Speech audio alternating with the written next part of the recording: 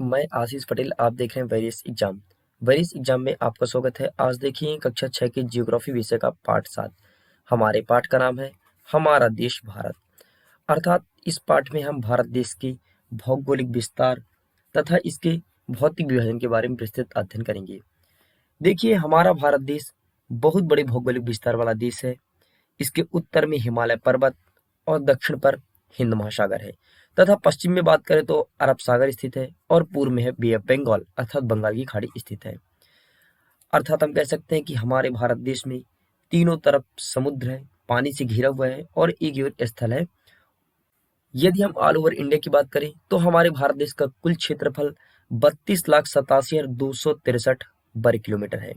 इसे हम शॉर्ट में 32.8 लाख वर्ग किलोमीटर भी लिखते हैं। हमारे भारत के उत्तर में कश्मीर से लेकर के दक्षिण में कन्याकुमारी तक इसका विस्तार 3200 किलोमीटर है। मतलब देखिए, यहाँ पर कश्मीर हो गया और यहाँ पर क्या हो गया, कन्याकुमारी, मतलब भारत का सबसे अंतिम छोर। और उत्तर से दक्षिण में इसकी लंबाई है 3200 किलोमीटर। और यदि मैं पूर्व से पश्चिम बात करूं, मतलब गुजरात से लेकर के अरुणाचल प्रदेश तक, तो इसकी लंबाई है 2900 किलोमीटर। इस बात को ध्यान में रखिएगा कि हमारा भारत देश उत्तर से दक्षिण की ओर अधिक लंबा है। कितने का अंतर है? मात्र 300 किलोमीटर का अंतर है। 300 किलोमीटर अधिक लंबा है हमारा भारत देश उत्तर से दक्षिण की ओर। आगे देखते हैं। हमारे भारत देश में कहीं कहीं ऊंचे ऊंचे पर्वत है। मतलब आप उत्तर भारत साइड देखिए तो एक बहुत बड़ा पर्वत है आपका हिमालय। यदि हम नीचे आते हैं, मतलब सेंट्रल इंडिया में, तो सेंट्रल इंडिया में दो बड़े पर्वत हैं। पहला है विंध्याचल और दूसरा सतपुड़ा। यदि हम भारत देश के पश्चिम साइड देखते हैं तो हमें एक बहुत बड़ा और बहुत पुराना पर्वत देखने को मिलता है, अरावली, बलित पर्वत श्रृंखला में से एक है ना। इसके अलावा हमारे भारत देश में मैदान, उत्तर मैदान जिसे आप गंगा का मैदान भी कहते हैं, पठारी क्षेत्र, तटीय भाग, तटीय पश्चिमी और पूर्वी दोनों तटीय भाग है, एवं द्वीप समूह स्थित है। द्वीप समूह लक्षद्वीप, अंडमान निकोबार द्वीप समूह आदि विभिन्न विभिन्न प्रकार की स्थलाकृतियां हैं, ये देखने को मिलती है। हमारे भारत देश में जलवायु, वनस्पति, वन्य जीव के साथ साथ भाषा एवं संस्कृति भी अलग अलग है। बता दूं, हमारे भारत देश में राज्यों का गठन भाषा के आधार पर हुआ है। तो प्रत्येक राज्य में अलग अलग भाषा, अलग अलग संस्कृत का उपयोग करते हैं। फिर भी देखिए, डिफरेंट डिफरेंट संस्कृति, भाषा अलग अलग होने के कारण भी हम लोग एक होकर ही जुड़े हुए हैं, अर्थात एकता का प्रतीक है। यही सबसे अच्छा कारण है कि हम एक राष्ट्र में बंधे हुए हैं। इंडिया के पॉपुलेशन की बात करूं तो वर्ष 2011 की जनगणना के अनुसार भारत की जनसंख्या 121 करोड़ थी। एट प्रेजेंट वर्ष 2020 में लगभग भारत देश की जनसंख्या 130 करोड़ से भी अधिक है।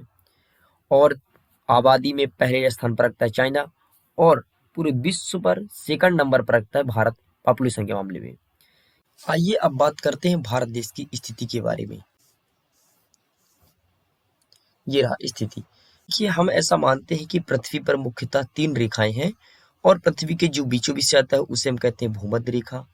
पृथ्वी के भूमध्य रेखा पृथ्वी को 2 गोलार्धों में बांटती है, ऊपर की ओर उत्तरी गोलार्ध और नीचे की ओर दक्षिण गोलार्ध। यदि हम उत्तरी गोलार्ध में जाएं, हमें एक और काल्पनिक रेखा मिलती है जिसे हम कर्क रेखा के नाम जानते हैं। यह 23 डिग्री 30 मिनट उत्तरी अक्षांश पर स्थित है। और इस भूमध्य रेखा की दक्षिण की ओर जाते हैं तो हमें एक देखने को मिलता है मकर रेखा, जिसकी स्थिति 23 डिग्री 30 मिनट दक्षिण की ओर स्थित है। यदि हम भारत देश के भूमि विस्तार की बात करें तो हमारा भारत देश दक्षिण से उत्तर की ओर 8 डिग्री 4 मिनट उत्तर से 37 डिग्री 6 मिनट उत्तर अक्षांश के बीच स्थित है तथा पश्चिम से लेकर के पूर्व तक भारत देश का भूमि विस्तार 68 डिग्री 7 मिनट पूर्व से 97 डिग्री 25 मिनट पूर्वी देशांतर के बीच स्थित है। अब देखिए, आपके मन में यह प्रश्न उठा होगा कि यहाँ पर भी उत्तर शब्द का उल्लेख है, यहाँ पर भी उत्तर लिखा है, जबकि दक्षिण से उत्तर की बात कर रहा है। तो आइए इसको समझ लेते हैं कि इस पृथ्वी में हमारे भारत देश की स्थिति यहाँ पर है और पृथ्वी के बीचों बीच से कौन सा रेखा गया है? भूमध्य रेखा। और एक खड़ी रेखा है जिसे हम देशांतर रेखाएं भी कहते हैं। तो ग्रीनिच नामक शहर से पूरे विश्व में सभी देश का समय लिया गया है। तो ग्रीनिच का स्थिति यहाँ पर है, मतलब ग्रीनिच यहाँ पर स्थित है। तो ग्रीनिच से हमारा भारत देश पूर्व साइड स्थित है, इसलिए यहाँ पर पूर्व का उल्लेख किया गया है। और उत्तर का क्यों? क्योंकि यहाँ से हम देखते हैं इस भूमध्य रेखा से, तो हमारे भारत देश की स्थिति उत्तर दिशा की ओर है, इसलिए हम बार बार उत्तर शब्द का उल्लेख कर रहे हैं। देखिए, यदि हम दक्षिण से उत्तर तथा पश्चिम से लेकर के पूर्व के भूमि विस्तार की बात करें तो लगभग 30 डिग्री का अंतर आता है। 1 डिग्री बराबर 4 मिनट होता है, तो 30 डिग्री बराबर कितने मिनट होंगे? 30 डिग्री बराबर 120 मिनट होंगे। इस 30 का 4 में गुणा कर देंगे तो गुणा करने पर आएगा 120, मतलब 120 मिनट। 120 मिनट बराबर 2 घंटे। मतलब हम कह सकते हैं कि गुजरात और अरुणाचल प्रदेश के बीच 2 घंटे का अंतर है। यदि अरुणाचल प्रदेश में 6 बजे सूर्योदय होता है तो हमारे गुजरात में 8 बजे सूर्य उदय होगा। क्योंकि 2 घंटे का अंतर है, इसका कारण क्या है? क्योंकि 30 डिग्री का अंतर है गुजरात और अरुणाचल प्रदेश के बीच। आगे नेक्स्ट देखते हैं। देखिए, इनमें भी सब उन्हीं बातों का उल्लेख किया गया है कि गुजरात की अपेक्षा अरुणाचल प्रदेश में सूर्योदय लगभग 2 घंटे पहले होंगे, जिसको हमने अच्छे से समझ लिए हैं।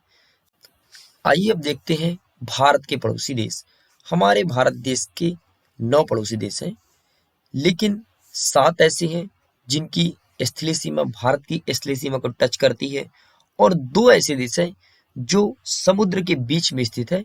भारत के पड़ोसी देश तो हैं, किंतु उनकी स्थलीय सीमा भारत देश की सीमा को टच नहीं करती है। तो देखिए, मैप में से समझने का प्रयास करते हैं। देखिए, आपकी स्क्रीन पर भारत देश का मैप प्रदर्शित है। देखिए, ये हो गया भारत, और भारत के पड़ोसी देश में पहले देश है पाकिस्तान, दूसरा है अफगानिस्तान। अफगानिस्तान की बॉर्डर बहुत कम, मतलब थोड़ी सी बॉर्डर शेयर करती है इंडिया के साथ। इसको ध्यान रखिएगा, एग्जाम में कई बार क्वेश्चन पूछा जाता है कि अफगानिस्तान भारत के स्थलीय सीमा से टच करती है नहीं, और बहुत से बच्चे इसका आंसर यही करते हैं कि अफगानिस्तान की सीमा भारत देश की सीमा से टच नहीं करती, अर्थात अफगानिस्तान भारत का पड़ोसी देश नहीं है। लेकिन ये बात गलत है। अफगानिस्तान की देखिए मात्र इतनी सी, मतलब बहुत कम बॉर्डर शेयर करती है इंडिया के साथ, अर्थात भारत से इसकी सीमा लगी हुई है।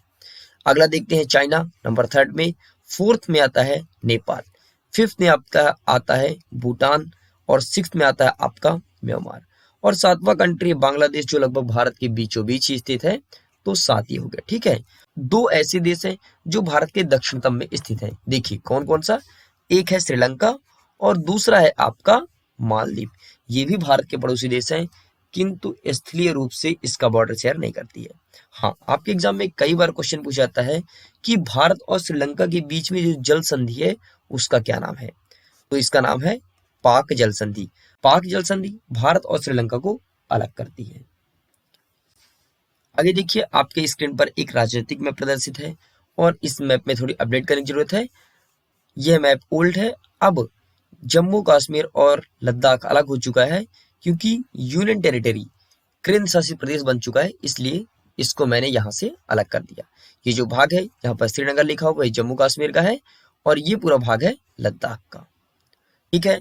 तो वर्तमान में भारत देश में 28 राज्य व 9 केंद्र शासित प्रदेश हो चुके हैं।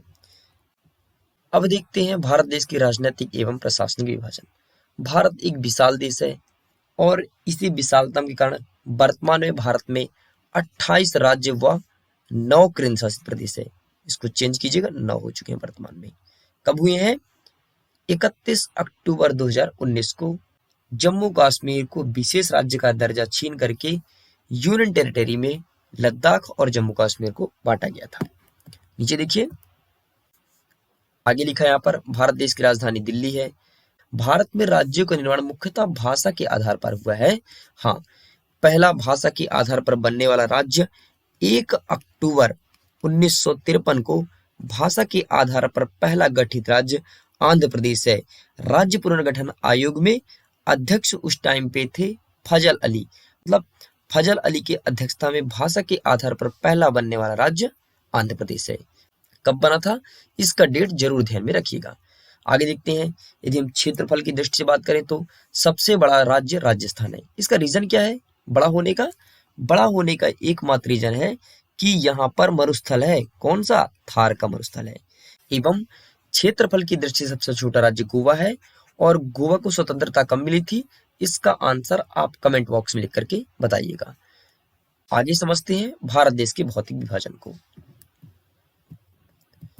भारत देश में पाई जाने वाली विभिन्न भौतिक आकृतियां जैसे पर्वत, पठार, मैदान, झील, तट, द्वीप समूह आदि विभिन्न प्रकार की स्थलाकृतियां भारत देश में स्थित है।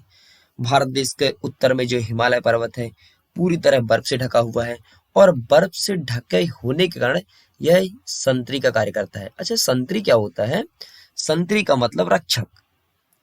जिस प्रकार से जब भी आर्मी वाले किसी कमरे में जाकर के रेस्ट करते हैं, आराम करते हैं, तो बाहर दरवाजे पर जो व्यक्ति ड्यूटी में रहता है उसे हम संतरी कहते हैं। संतरी मतलब रक्षक, ठीक है। तो ठीक इसी प्रकार हिमालय पर्वत भी संतरी का काम करता है। हिमालय दो शब्दों से मिलकर के बना है, पहला है हिम और दूसरा है आलय। हिम का मतलब होता है बर्फ और आलय का मतलब घर, अर्थात हम कह सकते हैं बर्फ का घर। हिमालय पर्वत को मुख्य समांतर श्रृंखलाओं में बांटा जाता है। उत्तर में स्थित है बृहद हिमालय जिसे हम हिमाद्री नाम से भी जानते हैं, और विश्व की सबसे ऊंची शिखर जैसे माउंट एवरेस्ट, इसकी ऊंचाई कितनी है? 8,848.76 मीटर, इसी श्रृंखला पर स्थित है। इसके अलावा K2 जो पाक अधिकृत कश्मीर में स्थित है जिसकी ऊंचाई है 8,611 मीटर, वह भी इसी श्रृंखला पर स्थित है। दूसरे क्रम में बात करते हैं, बृहद हिमालय के जस्ट नीचे आता है आपका मध्य हिमालय, यहाँ पर बहुत से लोकप्रिय पहाड़ी स्थित है। और मध्य हिमालय के नीचे आता है शिवालिक। शिवालिक के नीचे दक्षिण में स्थित है गंगा का मैदान, और गंगा का मैदान विभिन्न प्रकार की नदियां जैसे गंगा, ब्रह्मपुत्र, सिंधु आदि नदियों द्वारा बहाकर लाई गई जलोढ़ मिट्टी के निक्षेपण से हुआ है। गंगा का मैदान उपजाऊ होने के कारण यहाँ पर जनसंख्या भी अत्यधिक निवास करती है। यदि हम भारत देश के पश्चिम की ओर बात करें तो भारतीय महामरुस्थल स्थित है जिसे हम थार के मरुस्थल के नाम से जानते हैं। यहाँ पर हमेशा गर्मी बनी रहती है, इस कारण से यहाँ पर वनस्पति भी बहुत कम मात्रा में पाई जाती है, क्योंकि यहाँ पर पर्याप्त मात्रा में पानी नहीं होता। पानी का अभाव होने के कारण यहाँ पर वनस्पतियां जो उगती है वो कांटों के रूप में रूपांतरित रहती है। यहाँ के मुख्य वनस्पति कैक्टस, नागफनी ऐसे पौधे यहाँ पर पाए जाते हैं। उत्तरी मैदान के जस्ट नीचे पड़ता है आपका प्रायद्वीपीय पठार, और इस पठार की आकृति एक त्रिभुज के आकार का है, मतलब आपको त्रिभुज का आकार का दिखाई देगा, कहीं पर ऊंचा कहीं नीचा। यहाँ पर बहुत सी पहाड़ी श्रृंखला तथा घाटियां स्थित है। इसके उत्तर पश्चिम में अरावली श्रृंखला स्थित है जो विश्व की सबसे पुरानी पर्वत श्रृंखला है, और इसके मध्य में विंध्याचल एवं सतपुड़ा स्थित है। और इन दो पर्वतों के बीच से नर्मदा और ताप्ती नदी निकल करके पूर्व से पश्चिम दिशा की ओर बहती है।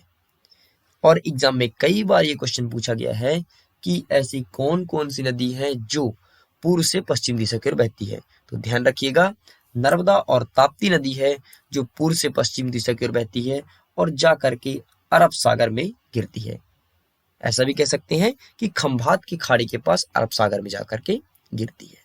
हमारे भारत देश में दो तटों पर दो प्रकार का घाट है। पश्चिमी घाट, पश्चिमी घाट का विस्तार एक समान रूप से है, अर्थात हमारा पश्चिमी घाट कहीं पर टूटा फूटा हुआ नहीं है, किंतु पूर्वी घाट बहुत से स्थान पर टूटा हुआ है और हमें आसमान दिखाई देता है। इस पठारों पर विभिन्न प्रकार की खनिजें पाई जाती है जैसे कोयला और लौह अयस्क आदि की प्रचुरता है। पश्चिमी घाट के पश्चिम में तथा पूर्वी घाट के पूर्व में भी छोटे छोटे मैदान स्थित है।